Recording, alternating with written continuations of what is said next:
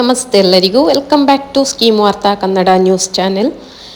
ಇವತ್ತಿನ ವಿಡಿಯೋದಲ್ಲಿ ಗೃಹಲಕ್ಷ್ಮಿ ಯೋಜನೆಯ 32ನೇ ಕಂತಿನ ಹಣ ಬಿಡುಗಡೆ ಹಾಗೂ ಆಗಸ್ಟ್ ತಿಂಗಳ ಪೆನ್ಷನ್ ಹಣದ ಕುರಿತಾಗಿ ಒಂದು ಪ್ರಮುಖವಾದ ಮಾಹಿತಿಯನ್ನು ಹೇಳ್ತಾ ಇದ್ದೇನೆ.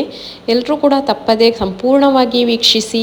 ಈಗಾಗಲೇ ನಾನು ಆಲ್ರೆಡಿ ಒಂದು ವಿಡಿಯೋ ಕೂಡ ಹಾಕಿದ್ದೆ. ಬೆಂಗಳೂರು ಜಿಲ್ಲೆಗೆ ಮೊದಲನೆಯದಾಗಿ 32ನೇ ಕಂತಿನ ಹಣ ಬಿಡುಗಡೆಯನ್ನು ಮಾಡಿದ್ದಾರೆ, ನೀವು ಕಮೆಂಟ್ ಮಾಡಿ ಅಂತ ಹೇಳಿ ಅದರ ಬಗ್ಗೆ ಕೂಡ ಮಾಹಿತಿಯನ್ನು ಕೊಡ್ತಾ ಹೋಗ್ತೇನೆ. ಮತ್ತು ಯಾರೆಲ್ಲ ನನ್ನ ಚಾನೆಲನ್ನು ಫಸ್ಟ್ ಟೈಮ್ ವೀಕ್ಷಿಸ್ತಾ ಇದ್ದೀರೋ ದಯವಿಟ್ಟು ಸಬ್ಸ್ಕ್ರೈಬ್ ಮಾಡಿ, ಅದೇ ರೀತಿ ಅದರ ಹತ್ತಿರದಲ್ಲಿರುವಂತಹ ಬೆಲ್ ಬಟನನ್ನು ಪ್ರೆಸ್ ಮಾಡಿ ಅದರಲ್ಲಿ ಆಲ್ ಅಂತ ಸೆಲೆಕ್ಟ್ ಮಾಡಿದರೆ ಮಾತ್ರ ನಾನು ಹಾಕುವಂತಹ ಎಲ್ಲ ವಿಡಿಯೋಗಳು ನಿಮಗೆ ಅಪ್ಡೇಟ್ ನೋಟಿಫಿಕೇಷನ್ ಆಗಿ ಬರುತ್ತೆ. ನಾನು ಸರ್ಕಾರದಿಂದ ಬರುವಂತಹ ಎಲ್ಲ ಯೋಜನೆ ಬಗ್ಗೆ ನಿಮಗೆ ಮಾಹಿತಿಯನ್ನು ನೀಡ್ತಾ ಇರೋದು. ಅದೇ ರೀತಿ ನೀವೊಂದು ಲೈಕ್ ಕೊಡುವ ಮೂಲಕ ನನಗೆ ಸಪೋರ್ಟ್ ಮಾಡಬೇಕಾಗಿ ಕೂಡ ಇದೇ ಮೂಲಕ ನಾನು ವಿನಂತಿ ಕೂಡ ಮಾಡಿಕೊಳ್ತಾ ಇದ್ದೇನೆ. ಮೊದಲನೇದಾಗಿ 32ನೇ ಕಂತಿನ ಹಣ ಬಿಡುಗಡೆ ಆರಂಭ ಅಂದರೆ ಆಗಸ್ಟ್ 4ರಿಂದ ಗೃಹಲಕ್ಷ್ಮಿ ಯೋಜನೆಯ 32ನೇ ಕಂತಿನ ಹಣ ಪ್ರಕ್ರಿಯೆ ಆರಂಭವಾಗಿದ್ದು ಸದ್ಯ 20% 25% ಫಲಾನುಭವಿಗಳಿಗೆ ಹಣ ತಲುಪಿದೆ. ಮೊದಲ ಹಂತದಲ್ಲಿ ಹಣ ಜಮೆಯಾಗಿರುವ ಜಿಲ್ಲೆಗಳು ಅಂತ ಹೇಳಿದರೆ ಬೆಂಗಳೂರು ನಗರ, ಬೆಂಗಳೂರು ದಕ್ಷಿಣ ಹಾಗೂ ಬೆಂಗಳೂರು ಗ್ರಾಮಾಂತರ ಸೇರಿದಂತೆ ಅದರ ಸುತ್ತಮುತ್ತಲಿನ ಎಲ್ಲ ಜಿಲ್ಲೆಗಳಿಗೂ ಕೂಡ 32ನೇ ಕಂತಿನ ಹಣವನ್ನು ಮೊದಲನೇದಾಗಿ ಜಮೆ ಮಾಡಲಾಗ್ತಿದೆ. ಇನ್ನು ಬೆಳಗಾವಿ, ಕಲಬುರಗಿ ಮತ್ತು ದಾವಣಗೆರೆ ಜಿಲ್ಲೆಗಳಲ್ಲಿಯೂ ಕೂಡ 32ನೇ ಕಂತಿನ ಹಣ ಜಮೆ ಆಗ್ತಾ ಉಂಟು. ಇನ್ನುಳಿದ ಜಿಲ್ಲೆಗಳ ಫಲಾನುಭವಿಗಳ ಖಾತೆಗೆ ಮುಂದಿನ 2-3 ದಿನಗಳಲ್ಲಿ ಕೂಡ ಹಣ ಜಮೆಯಾಗುವಂತಹ ನಿರೀಕ್ಷೆ ಇದೆ.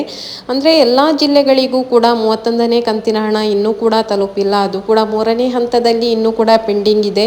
ದಯವಿಟ್ಟು ಯಾರಿಗೆಲ್ಲ 31ನೇ ಕಂತಿನ ಹಣ ಬಂದಿಲ್ಲ ನೀವು ದಯವಿಟ್ಟು ನಿಮ್ಮ ಕಮೆಂಟ್ ಬಾಕ್ಸಲ್ಲಿ ತಿಳಿಸಬೇಕು ಅಂತ ಕೂಡ ನಾನು ಕೇಳಿಕೊಳ್ತೇನೆ. ಇಲ್ಲೇ ಕೆಳಗಿರುವಂತಹ ಕಮೆಂಟಲ್ಲಿ ನಿಮ್ಮ ಜಿಲ್ಲೆಯನ್ನು ಮೆನ್ಷನ್ ಮಾಡಿದರೆ ಯಾವ ಜಿಲ್ಲೆಗಳಿಗೆ ಇನ್ನೂ ಕೂಡ 31ನೇ ಕಂತಿನ ಹಣ ಬಂದಿಲ್ಲ, ಯಾಕೆ ಬಂದಿಲ್ಲ, ಯಾವ ರೀಸನಿಗೋಸ್ಕರ ಬರ್ತಾ ಇಲ್ಲ ಅಂತ ಕೂಡ ನಾನು ಮುಂದಿನ ವಿಡಿಯೋದಲ್ಲಿ ತಿಳಿಸುವಂತಹ ಕೆಲಸ ಮಾಡ್ತೇನೆ. ಅದೇ ರೀತಿ ನಾನು ಯಾವಾಗ ಲೈವ್ ಬರ್ತಾ ಇದ್ದೇನೆ ಅದರ ಮೂಲಕ ನೀವು ಕೂಡ ಲೈವಲ್ಲಿ ಪಾಲ್ಗೊಳ್ಳಿ. ಅಲ್ಲಿ ಕೂಡ ನಿಮ್ಮ ಕ್ವಶನನ್ನು ಕೇಳಬಹುದು. ಅಲ್ಲಿ ಕೂಡ ನಾನು ನಿಮಗೆ ಯಾವ ಜಿಲ್ಲೆ ಅಂತ ಹೇಳಿ ಮೆನ್ಷನ್ ಮಾಡಿದರೆ ಅದಕ್ಕೆ ಉತ್ತರವನ್ನು ಕೊಡುವಂತಹ ಕೆಲಸ ಮಾಡ್ತೇನೆ. ಇನ್ನು ಯಾವ ಜಿಲ್ಲೆಗಳಿಗೆ ಇನ್ನೂ ಕೂಡ 32ನೇ ಕಂತಿನ ಹಣ ಬಾಕಿ ಇದೆ, ಅದು 2-3 ದಿನಗಳಲ್ಲಿ ಅಂದರೆ ಒಂದು ವಾರದಲ್ಲಿಯೂ ಕೂಡ ನಿಮಗೆ ಜಮೆಯಾಗುವಂತಹ ಚಾನ್ಸಸ್ ಇದೆ. ಆದರೆ ನಿಮಗೆ ಖಂಡಿತವಾಗಿಯೂ 32ನೇ ಕಂತು ಮತ್ತು 31ನೇ ಕಂತಿನ ಹಣ ಕೂಡ ಒಟ್ಟಿಗೆ 4,000 ಹಣ ಕೂಡ ಜಮೆಯಾಗುತ್ತೆ. ಇನ್ನು ಆಗಸ್ಟ್ ತಿಂಗಳ ಪೆನ್ಷನ್ ಮಾಹಿತಿ ಅಂತ ಹೇಳಿದರೆ ಜುಲೈ ತಿಂಗಳಲ್ಲಿ ಸ್ಥಗಿತಗೊಂಡಿದ್ದ ಪೆನ್ಷನ್ ಹಣದ ಜಮೆ ಪ್ರಕ್ರಿಯೆ ಪುನಃ ಪ್ರಾರಂಭವಾಗಿದೆ. ಆಗಸ್ಟ್ ತಿಂಗಳಿಂದ ಯಾವುದೇ ಪೆನ್ಷನ್ ಹಣ ಜಮೆ ಆಗಿರಲಿಲ್ಲ, ಅದು ಕೂಡ ಸ್ಥಗಿತಗೊಂಡಿತ್ತು, ಅದು ಕೂಡ ಈಗ ಪುನಃ ಪ್ರಾರಂಭ ಆಗಿದೆ. ಆಗಸ್ಟ್ ತಿಂಗಳ ಪೆನ್ಷನ್ ಹಣ ಪುಷ್ DBT ಅಂದರೆ ನೇರ ಹಣ ವರ್ಗಾವಣೆ ಹಂತ ತಲುಪಿದ್ದು ಶೀಘ್ರದಲ್ಲೇ ಎಲ್ಲರ ಖಾತೆಗಳಿಗೂ ಕೂಡ ಜಮೆಯಾಗುತ್ತೆ. ಇನ್ನು ಗೃಹಲಕ್ಷ್ಮಿ ಬಾಕಿ ಕಂತುಗಳ ಕುರಿತು ಒಂದು ಸ್ಪಷ್ಟನೆಯನ್ನು ಕೂಡ ನಿಮಗೆ ಹೇಳ್ತಾ ಇದ್ದೇನೆ. ಕೆಲವು ಫಲಾನುಭವಿಗಳಿಗೆ 31ನೇ ಮತ್ತು 32ನೇ ಕಂತಿನ ಒಟ್ಟು 4,000 ಹಣ ಜಮೆಯಾಗುತ್ತಿದೆ. ಇನ್ನು ಕೆಲವರಿಗೆ ಒಂದು ಕಂತು ಮಾತ್ರ ಬಂದಿದ್ದು ಮತ್ತೊಂದು ಕಂತು ಬಾಕಿ ಇದೆ. ಎಲ್ಲ ಫಲಾನುಭವಿಗಳಿಗೂ ಹಂತವಾಗಿ ಹಣ ಜಮೆಯಾಗಲಿದ್ದು ಯಾರೂ ಆತಂಕ ಪಡುವಂತಹ ಅಗತ್ಯವಿಲ್ಲ. ಕೆಲವೊಂದು ಜಿಲ್ಲೆಗೆ ಮೊದಲು ಹಾಕ್ತಾರೆ, 3 ಹಂತದಲ್ಲಿ ಗೃಹಲಕ್ಷ್ಮಿ ಹಣ ಬಿಡುಗಡೆಯಾಗುತ್ತೆ ಅಂತ ಹೇಳಿ ನಾನು ಎಲ್ಲ ವಿಡಿಯೋದಲ್ಲಿ ಕೂಡ ತಿಳಿಸ್ತಾ ಹೋಗ್ತೇನೆ. ಅದರಲ್ಲಿ 31ನೇ ಕಂತಿನ ಹಣ 3ನೇ ಹಂತದಲ್ಲಿಯೂ ಕೂಡ ಬಾಕಿ ಇದೆ. ಈಗ 32ನೇ ಕಂತಿನ ಹಣ ಮೊದಲನೇ ಹಂತದ ಪ್ರಾರಂಭವಾಗಿದ್ದು ಅದರಲ್ಲಿ ಒಂದು 30% ಇಂದ 40% ಜನರಿಗೆ ಹಣ ಜಮಾ ಆಗುತ್ತೆ. ಇನ್ನು ಉಳಿದವರಿಗೆ 2ನೇ ಹಂತದಲ್ಲಿಯೂ ಕೂಡ ಜಮಾ ಆಗುತ್ತೆ, 3ನೇ ಹಂತದಲ್ಲಿಯೂ ಕೂಡ ಕಂಪ್ಲೀಟ್ ಆಗಿ ಹಣ ಜಮಾ ಆಗುತ್ತೆ. ಇನ್ನು ಯಾರ ಖಾತೆಗೆಲ್ಲ 4,000 ಹಣ ಜಮೆಯಾಗುತ್ತಿದೆ ಅಂತ ಹೇಳಿದರೆ ಕಳೆದ ಜುಲೈ ತಿಂಗಳಿಂದ ನೀಡಬೇಕಿದ್ದ 31ನೇ ಕಂತಿನ 2,000 ಹಣವು ಸುಮಾರು 30 ಲಕ್ಷಕ್ಕೂ ಹೆಚ್ಚು ಫಲಾನುಭವಿಗಳಿಗೆ ತಾಂತ್ರಿಕ ಅಥವಾ ಇತರ ಕಾರಣಗಳಿಂದ ಜಮಾ ಆಗಿರಲಿಲ್ಲ. ಇದೀಗ ಆಗಸ್ಟ್ ತಿಂಗಳ 32ನೇ ಕಂತಿನ 2,000 ಹಣ ಬಿಡುಗಡೆಯಾಗಿದೆ. ಆದ್ದರಿಂದ ಜುಲೈ ತಿಂಗಳ 31ನೇ ಕಂತು ಹಾಗೂ ಆಗಸ್ಟ್ ತಿಂಗಳ 32ನೇ ಕಂತು ಎರಡೂ ಪೆಂಡಿಂಗ್ ಇದ್ದವರಿಗೆ ಒಟ್ಟಿಗೆ 4,000 ಹಣ ಜಮೆಯಾಗುತ್ತಿದೆ.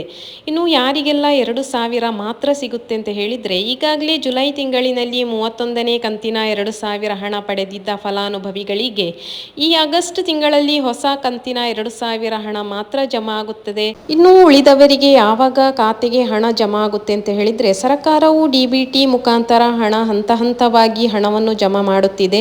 ಬೆಂಗಳೂರು ಸೇರಿದಂತೆ ವಿವಿಧ ಜಿಲ್ಲೆಗಳ ಫಲಾನುಭವಿಗಳಿಗೆ ಈಗಾಗಲೇ ಹಣ ಕ್ರೆಡಿಟ್ ಆಗಲು ಆರಂಭವಾಗಿದೆ. ಯೋಜನೆ ಪ್ರಕಾರ ಈ ತಿಂಗಳ 15ನೇ ತಾರೀಕಿನ ಒಳಗಾಗಿ ಬಾಕಿ ಇರುವ ಎಲ್ಲ ಫಲಾನುಭವಿಗಳ ಬ್ಯಾಂಕ್ ಖಾತೆಗಳಿಗೆ ಹಣ ಜಮಾ ಆಗಲಿದೆ. ಇನ್ನು ನಿಮಗೆ 31ನೇ ಹಾಗೂ 32ನೇ ಕಂತಿನ ಹಣ ಬಂದಿದೆಯೇ ಅಥವಾ ಯಾವ ಕಂತಿನ ಹಣ ಬಾಕಿ ಇದೆ ಎಂಬುದನ್ನು ಕೂಡ ನೀವು ಕಮೆಂಟ್ ಮಾಡಿ ನಮ್ಮ ಮಾಹಿತಿಯನ್ನು ನೀವು ಇತರರಿಗೂ ಹಂಚಿಕೊಳ್ಳಿ.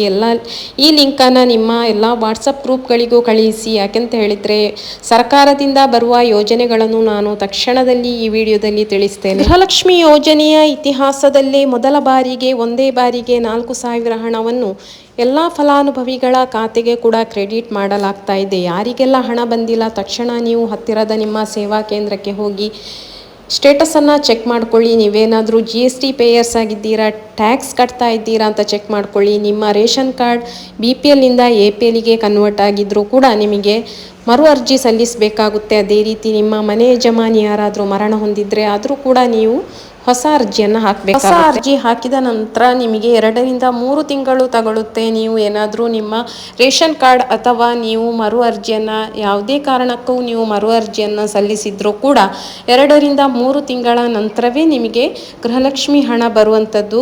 ಆದ್ದರಿಂದ 2 ರಿಂದ 3 ತಿಂಗಳು ನೀವು ವೇಟ್ ಮಾಡಿದ ನಂತರವೂ ನಿಮಗೆ ಹಣ ಬಂದಿಲ್ಲ ಅಂತ ಹೇಳಿದರೆ ನೀವು ನಿಮ್ಮ ಹತ್ತಿರದ ಮಹಿಳಾ ಮತ್ತು ಮಕ್ಕಳ ಇಲಾಖೆ ಹೋಗಿ ಚೆಕ್ ಮಾಡ್ಕೋಬಹುದು. ಧನ್ಯವಾದಗಳು.